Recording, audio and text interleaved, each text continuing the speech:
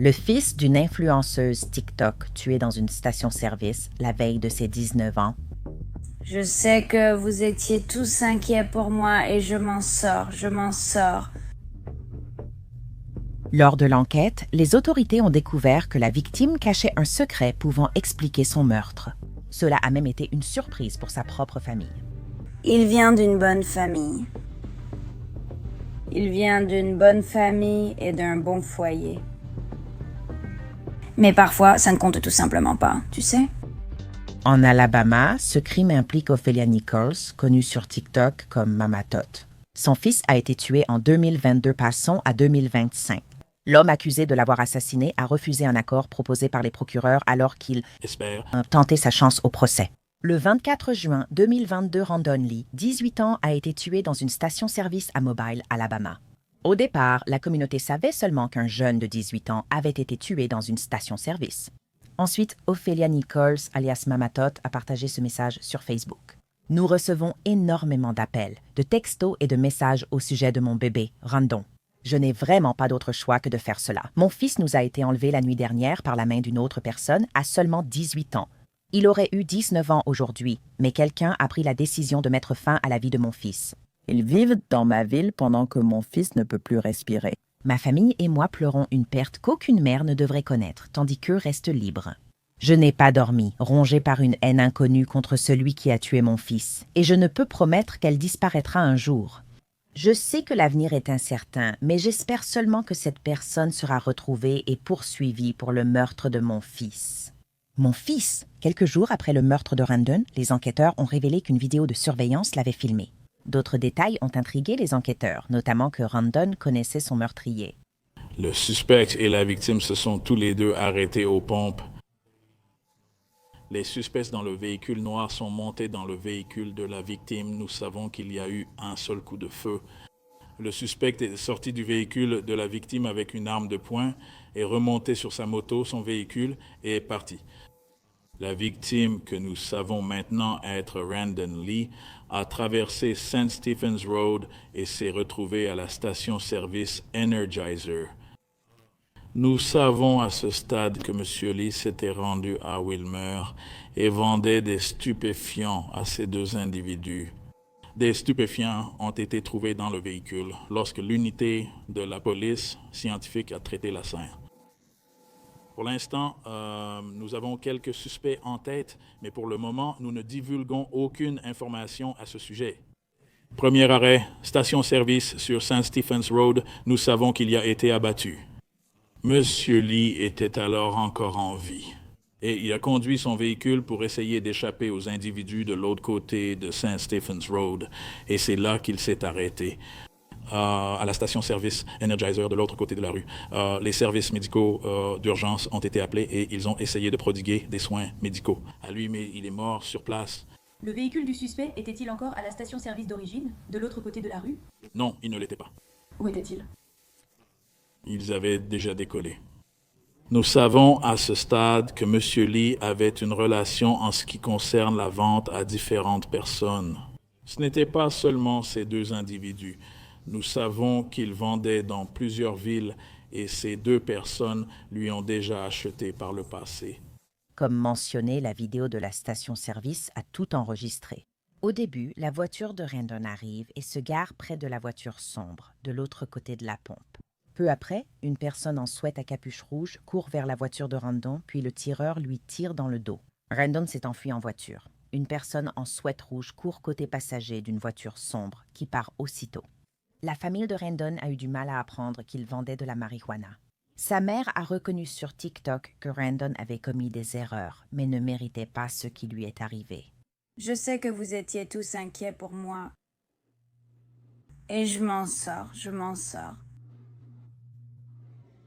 J'ai pris des décisions aujourd'hui concernant la cérémonie de mon fils. Et à travers ce processus, nous avons découvert beaucoup de choses que nous ne savions tout simplement pas. On ne savait tout simplement pas. Vous savez, quand vos enfants vivent seuls et... Excusez-moi, je suis un peu enflée, j'ai un abcès ou quelque chose comme ça. Quand vos enfants vivent seuls, qu'ils paient leurs propres factures et qu'ils ont un bon travail. Et vous savez, ça ne vous traverse même pas l'esprit qu'ils pourraient faire quoi que ce soit pour avoir des ennuis.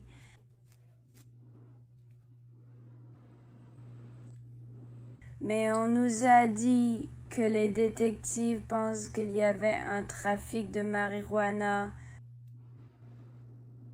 Et mon fils avait rendez-vous là-bas. Et soit ils ont essayé de le voler, soit ils l'ont volé, mais il a été abattu.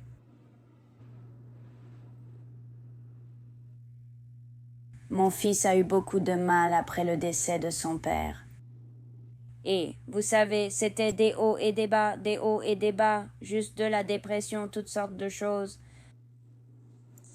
Et vous savez, on a tout fait pour le garder sur la bonne voie.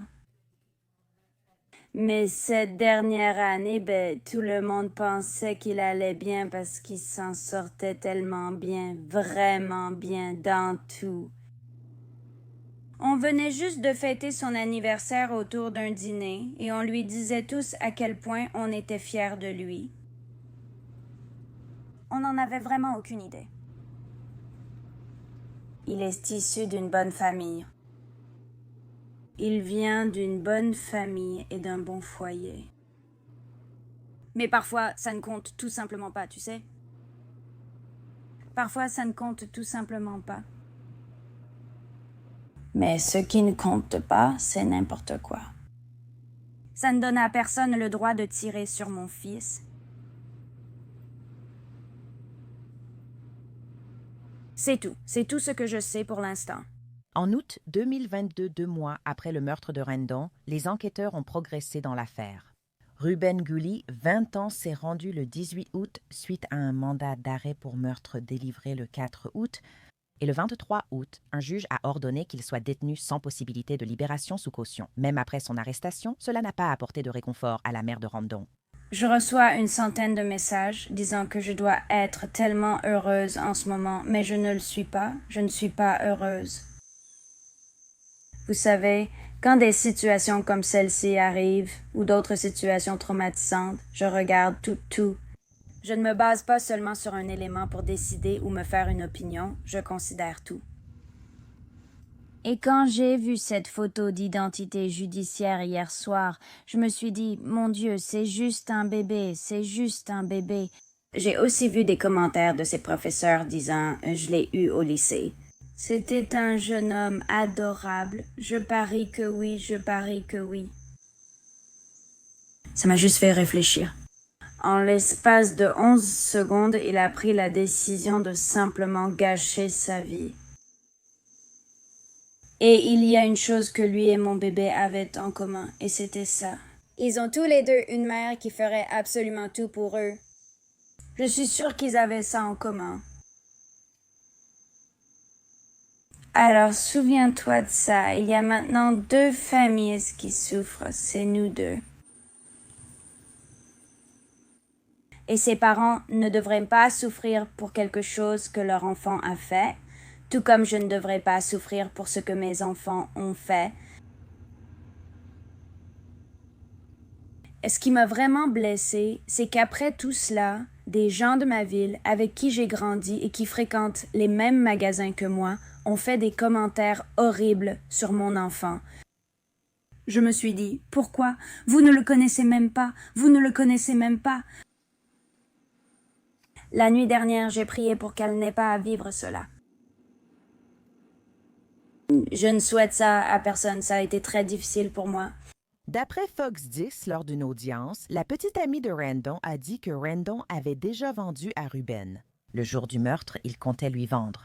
Un autre témoin a déclaré aux enquêteurs que Ruben et Randon avaient discuté sur Snapchat et que Randon avait même demandé s'il était d'accord de vendre à Ruben. La semaine dernière, les procureurs ont proposé un accord à Ruben. L'accord consistait à ce qu'il plaide coupable d'homicide involontaire en échange d'une peine de prison de 20 ans. Le procureur du comté de Mobile, Keith Blackwood, a proposé l'accord après avoir consulté la famille de Randon, mais Ruben l'a refusé. Les procureurs indiquent que les négociations ont échoué et que Ruben voulait un procès. L'avocat de Ruben aurait dit au juge vouloir consigner qu'il avait recommandé à son client d'accepter l'accord. Il devra maintenant présenter une défense, mais il semble déjà connaître sa stratégie. L'enquêteur principal sur l'affaire de Randon a ensuite été condamné pour parjure. L'avocat de Ruben l'a dit à Foxton. Son témoignage va être essentiel dans cette affaire. Je vais l'appeler en interrogatoire principal. Oui, c'est étrange que l'État ne l'appelle pas, mais je sais que c'est à cause de sa condamnation pour parjure. Le procureur Keith Blackwood a affirmé aux médias que leur équipe est aussi prête pour le procès. C'est certainement un problème auquel nous allons devoir faire face.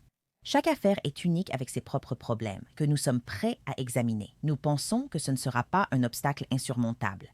Les faits sont ce qu'ils sont et nous allons faire de notre mieux pour prouver ces faits, au-delà de tout doute raisonnable. Je suis maintenant rejointe par l'avocat des droits des victimes, John Phillips. John, merci beaucoup de me rejoindre. C'est toujours un plaisir de vous voir. Le procès devant commencer en février, à quoi pourrait-il ressembler après le refus de l'accord de plaidoyer par Rubens? Il faut repartir de zéro, non? Donc, vous savez, les parties, le procureur et les avocats de la défense doivent reprendre les dépositions et, vous savez, les témoignages et les preuves au procès pour montrer, en particulier du côté de la défense, quelle est la défense dans cette fusillade. Et vous savez, en tant qu'avocat, on a souvent tendance à se reposer sur nos lauriers quand on pense qu'une affaire est résolue, puis on passe à l'affaire suivante. Donc, il faut tout mettre en pause et recommencer à mobiliser toutes les ressources nécessaires pour préparer une affaire pour le procès. Oui, il semble que l'accord de plaidoyer ait été fait pour soutenir la famille de la victime. Les procureurs les ont consultés avant de proposer l'accord. À quelle fréquence voyez-vous cela se produire, surtout dans les affaires de meurtre? Vous savez, c'est toujours une bonne chose du côté de la victime. J'ai travaillé en défense pénale et j'ai aussi traité des affaires de victimes et j'apprécie vraiment représenter les victimes de crimes. De plus, avec un atout majeur, astérisque, ce n'est pas une tâche agréable, mais je préfère être de ce côté-là. Mais vous savez, il y a d'excellents procureurs et des défenseurs des victimes est centré sur la victime. L'État de l'Alabama, comme la Floride et d'autres procureurs, représentent le peuple, non la victime. Et donc, parfois, la victime est un peu laissée de côté, surtout dans les affaires de meurtre, parce qu'elle ne peut pas parler pour Elle-même. Mais ici, c'est toujours bien quand vous savez que les victimes font en quelque sorte partie de l'équipe. Et pour des raisons politiques, vous savez, les procureurs sont souvent des élus, et ils aiment ça aussi. Vous savez, la victime qui se tient là ou qui fait leurs éloges à la fin, vous savez, la loi inclut souvent le tribunal de l'opinion publique. oui, et très souvent, on voit des gens accepter des accords de plaidoyer, surtout parce qu'ils jouent à la roulette russe. 20 ans pour homicide involontaire contre 20 ans à la perpétuité s'il est reconnu coupable. Tu es surpris qu'il ait refusé l'accord de plaidoyer? Non? Tu as marqué une longue pause là. Oui, non, c'est ça. Elles sont compliquées. Et tu sais, j'ai déjà été dans cette situation où tu essaies d'expliquer à quelqu'un qui proclame sa Son innocence. Pourquoi? accepter un accord de plaidoyer est dans ton intérêt. Et si quelqu'un est vraiment innocent, il va opposer la résistance maximale à cela. Nous l'avons vu de nombreuses fois où des preuves apparaissent plus tard et ils sont innocentés. Et ensuite, il y a tous ces « je vous l'avais dit », vous voyez. Mais très souvent, vous savez, les personnes qui commettent des crimes mentent à leurs avocats ou les avocats vont contourner les faits réels et se concentrer sur la défense. Vous voyez, La Floride. les règles du barreau de Floride et de chaque État. Je suis avocate en Alabama, je viens de Mobile, là où ça s'est passé, les règles du barreau de chaque État. On accorde un peu plus de clémence aux avocats de la défense pénale, vous savez, quand il s'agit de plaider des moyens de défense. Pas forcément en adhérant strictement à la vérité à cause du 5e amendement et du droit, vous savez, de ne pas s'auto-incriminer. C'est aussi très intéressant, car j'ai vu plusieurs affaires où je me disais « Oh là là !» Je crois que cette personne est totalement coupable, et puis le jury revient et elle est acquittée sur tous les chefs d'accusation. Nous avons vu cela arriver tellement de fois auparavant, donc vraiment, ça pourrait aller dans un sens comme dans l'autre. Et je suis curieuse de voir qui aurait le plus de difficultés dans cette affaire en particulier. Est-ce que ce serait la défense ou bien l'accusation? Parce que les procureurs disent qu'ils sont prêts à juger l'affaire. Mais il y a des problèmes de crédibilité avec l'un des témoins, un officier qui a été condamné pour parjure et que la défense dit qu'elle pourrait finir par appeler à la barre. Qu'est-ce que tu penses de toute cette situation? Oui, c'est là que certains des meilleurs avocats de la défense pénale gagnent leur vie. C'est la contestation de la version de l'État, la contestation des officiers. Je représente l'une des victimes dans l'affaire de Yendabowie Melly et je connais les preuves que Yendabowie Melly était assis à côté de vous et a tiré. sur son ami. Je le dis malgré tout, mais l'enquête a été mauvaise. Et ensuite, les procureurs ont fait des choses qu'ils n'auraient probablement pas dû faire pour renforcer leur condamnation. Et vous savez, c'est la meilleure façon de plaider une affaire de défense pénale. OJ-SIMPSON. De la même façon, attaquons Mark Fuhrman, concentrons-nous sur lui. Et le manque de conservation des preuves, le manque de prise de déposition des témoins, le manque de ceci, le manque de cela, parce que c'est là que réside la cause probable, le doute raisonnable, je suppose, je devrais dire, vous voyez. Je sais aussi que les procureurs miseront sans doute sur les preuves médico-légales numériques. Surtout car nous sommes en 2025, même si c'était il y a quelques années. Mais je suis sûr qu'il y a des images de vidéosurveillance, des extractions de téléphone, des messages textes, des localisations par ping à différents endroits. Tout cela sera crucial pour que l'accusation gagne son affaire. Que pensez-vous de l'importance des preuves numériques, surtout ici, du point de vue de la défense? Les gens ont compris Ce que font ceux-ci et ceux-là. Oui. Et tu ne commettrais sans doute pas de crime, tu essaies juste de t'en sortir. C'est ça. Pour l'affaire Yigad Yendabowie Melly, c'est surtout le téléphone qui le localise sans cesse sur les lieux. Et tu sais, même les démarches entreprises au moment de la fusillade, parce qu'on se promène avec des podomètres, on se promène avec, tu sais, mon rythme cardiaque surveillé à tout moment. Toutes ces données sont extraites. Partout, des antennes relais, des caméras. Il y a eu une affaire. J'ai vu hier que, tu sais, le gars aurait échappé aux caméras au crime. Sauf pour toutes les caméras, Pister le voir arriver et partir et c'est comme, vous savez, on est à l'ère du numérique où moi-même, je possède probablement 20 caméras Ring, vous savez entre le bureau et la maison. Et vous savez, on alimente toujours une sorte de journalisation de notre position. Et ça, en général, à moins d'être innocent, pour avantager l'État et les enquêteurs, parce que vous savez, ils peuvent obtenir ces données assez facilement. Et ils ont un budget assez illimité, contrairement à certains avocats de la défense pénale, même au bureau de l'avocat commis d'office, qui, vous savez, vont être limités. Oui, et comme le procès est prévu pour février 2026 dans plusieurs mois, je n'arrive pas à croire que l'année se termine déjà. Mais en ce qui concerne simplement le panel de jurés à mobile, pouvez-vous m'en parler un peu? Sont-ils plutôt du côté conservateur? Où se situe-t-il à peu près? Surtout dans une affaire comme celle-ci, où la mère de la victime est quelqu'un de très en vue là-bas, dans le sens où elle a une très grande base de fans. Elle a des millions d'abonnés sur TikTok. Je suis sûre que certaines personnes ont déjà entendu parler de Mama Tot, mais je suis curieuse de savoir ce que tu penses du panel de jurés là-bas. Après mon diplôme à la faculté de droit de l'Université de l'Alabama, j'ai travaillé comme assistant juridique pour le juge Wood, récemment décédé, dans ce tribunal. Et en tant qu'assistant juridique d'un juge à Mobile, tu pouvais être dans la salle du jury, tu sais, avant et après leur délibération. Tu pouvais leur parler au déjeuner, mais pas de l'affaire, d'assister au procès. Et tu sais, Mobile est une petite ville, un peu comme un réseau de bons vieux garçons Une petite ville et... qui traditionnellement favorise des gens comme Mama Tot. ça? Vous savez, ici, la victime est blanche, elle est connue et présente sur les réseaux sociaux et mobile dans son ensemble. Vous savez, le sud de l'Alabama est un peu différent de l'Alabama dans son ensemble. On ressemble un peu à la Floride d'une certaine manière. Mais c'est certain que vous savez, ici, vous allez avoir un jury plus conservateur, plus strict sur la discipline que dans d'autres juridictions.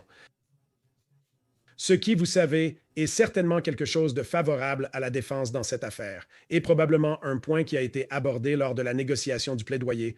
Même si vous pensez qu'on peut présenter cela, on va le présenter. Pas devant un jury composé de vos véritables pairs, mais devant ce que la loi considère comme vos pairs, c'est-à-dire, vous savez, des gens qui peuvent conduire et qui se présentent pour faire partie d'un jury.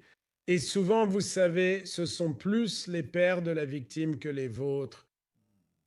Comme la défense, ils semblent toujours clamer leur innocence. Serait-il judicieux que Ruben témoigne si l'affaire va au procès? Oh, ça, vous savez, c'est difficile de recommander à qui que ce soit de renoncer à son droit du 5e amendement. et je ne connais pas assez les faits de l'affaire pour savoir ce qu'il dirait. Mais quoi qu'il pense, il peut faire pour déjouer le système ou baratiner ou dire Riz avec le jury pour employer un terme jeune. Aujourd'hui, vous savez, je vous le déconseille. Le faire. Sauf si vous aviez une défense en béton, ce qui dans ce cas, l'accord de plaidoyer aurait sûrement été plus avantageux, non? Oui, je pense que s'il y avait un alibi ou une légitime défense, la discussion serait sans doute différente. Mais selon la théorie de l'accusation, il s'agissait d'un meurtre de sang-froid. Donc, nous verrons comment cela va continuer à se dérouler lorsque cette affaire ira finalement en procès. Jean, merci beaucoup pour ton temps et tes explications sur cette affaire. Je t'en suis très reconnaissante. Avec plaisir, merci à toi. Ruben. Le procès du gardien devrait commencer en février 2026. S'il est reconnu coupable, il risque entre 20 ans et la prison à vie. Merci d'avoir regardé cet épisode. N'oubliez pas de regarder d'autres épisodes sur la chaîne YouTube The Law and Crime. Je suis Elisabeth Milner et voici Inside the Crime.